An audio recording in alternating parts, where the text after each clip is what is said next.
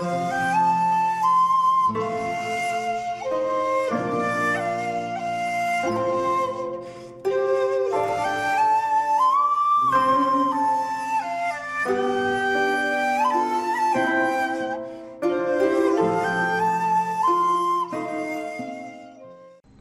there, this is Solitary Ronin from Solitary Ronin Films, and welcome to another random review. Today's random review is really random. It's Vampir Cuadecuc by Pere Portabella from 1970. This is the second run Blu-ray release. This was part of one of Chris Mohan's watch list, so he can take credit or blame depending which way it goes. This is one of those reviews that could literally take 2 minutes or not. You may have a reaction to this film by saying this is one of the worst films I've ever seen, or you may have a reaction to say this is one of the best films I've seen, or you may have a reaction to the film of complete bemusement. All these are valid. I kind of am on the side of one of the best films I've seen, but I'm a bit baffled. But fortunately I'm not really the only person. Portabella worked with Murnau on Viridiana. He wasn't very popular in Spain under General Franco's regime. This film was banned when he released it. This second run release has an interview with Portabella, which is very interesting. It has 2 of his experimental shorts, La Tempesta from 2003 and No at No from 2006, and it has an appreciation by writer and BFI curator William Fowler, who strangely enough is quite bemused by the whole thing.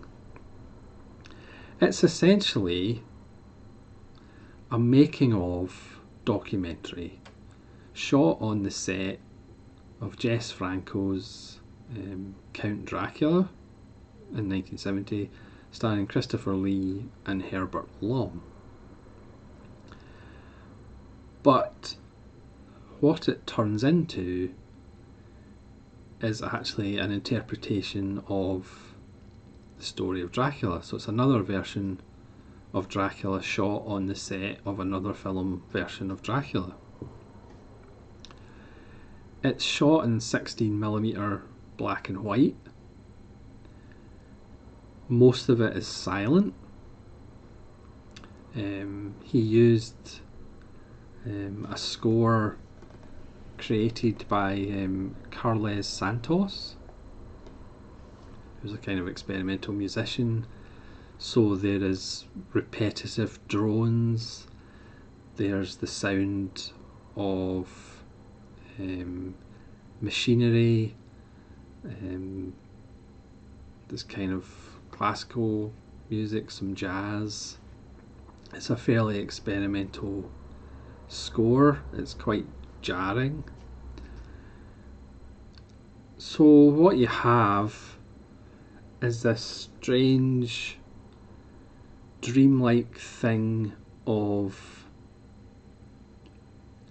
the filming of a film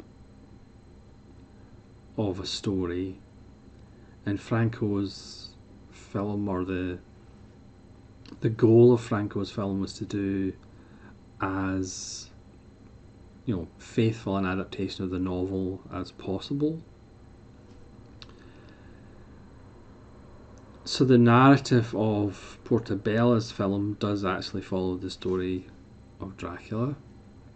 Portabella, as he says in the interview, he wasn't impressed with the new wave, he wasn't impressed with neorealism. He wanted to do something different, and this certainly is something different, because it becomes not only a version of Dracula, it becomes a film about not only the myth of Dracula but the myth of filmmaking. It's a film that shouldn't work pretty much on any level, but it kind of does, even though you don't know why. So for example, Portabella shows you Franco's crew working the smoke machines and filling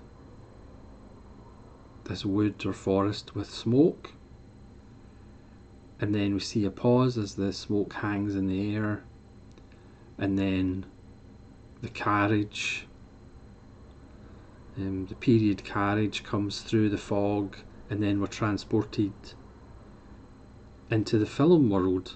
We're transported into that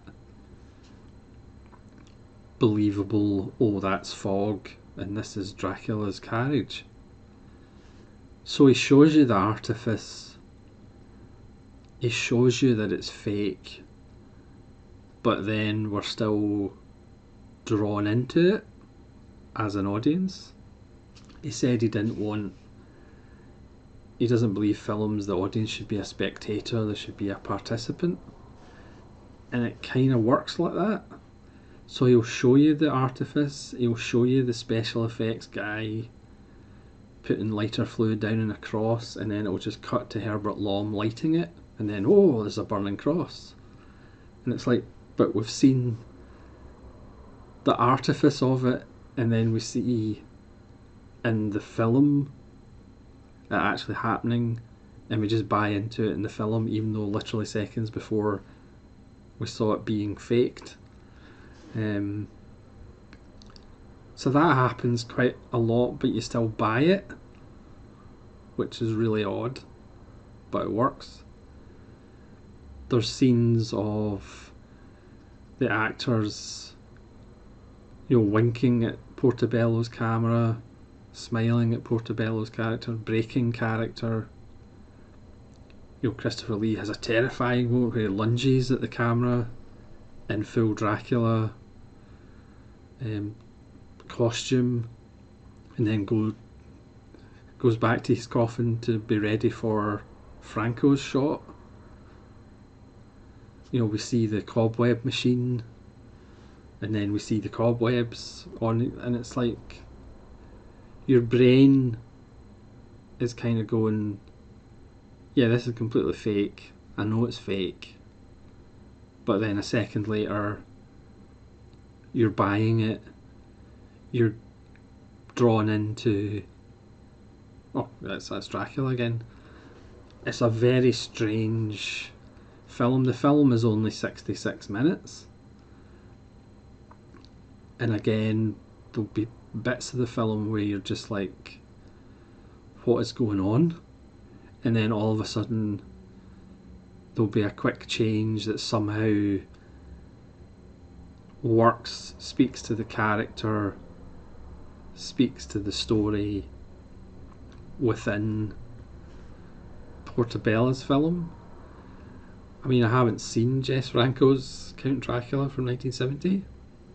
Klaus Kinski's in it. Klaus Kinski doesn't appear in Vampire Cuadecuc. Granted, the Jess Franco films I have seen, I'm guessing that Vampir Cuadecuc might be better than Count Dracula, even though by all accounts it is a relatively faithful version. It's a very odd film, but again, like I said, it kind of works. The death of Dracula, spoilers, Dracula dies at the end. I don't know whether you're aware of that, but Dracula dies in the end of the Count Dracula story. But Portabella does it in such a startling and unique way that is strangely more resonant and more powerful than if he did it in a more conventional way, or in the way that we're used to seeing in Vampire or Count Dracula films. Again, it shouldn't work, but it kind of works magnificently. And there's a scene where Christopher Lee's pretty much taking off his makeup, and then it keeps zooming and cutting to the two heroes sitting in a bunch of chairs, and it keeps like zooming to their reaction, and it's as Christopher Lee is unveiling himself of all this makeup and contact lenses. And again, it's just, it shouldn't work, but it kind of does. And that is the upshot of the film, I think. Again, I'd be interested to hear your reaction to it, because again, some of you will probably think it's complete twaddle. Some of you will think it's brilliant, and other people will just be bemused by the whole thing. And at times you get all three of those reactions as you watch its 66-minute runtime. But yeah, thanks Chris for bringing that up in one of your watch videos, your watch list videos. Again, like all the second runs, you get a little 20-page booklet as well, which is informative, especially about Soledad Miranda, who plays one of the female parts, and her tragic death, which is always lovely to hear about. Yeah, that black and white, they used sound stock, they used out of date stock, so at times it looks really strange. The kind of avant-garde soundtrack to it, the large periods of silence. Yeah, it's an unusual film, but I think at the end, one that's well worth your time, even though don't shout at me if you hate it. So thanks very much for watching this very random review of Vampir Cuadecuc, and hopefully you'll join me again for more random reviews, hopefully not quite as random as this one. So this is Solitary Ronin from Solitary Ronin Films, saying farewell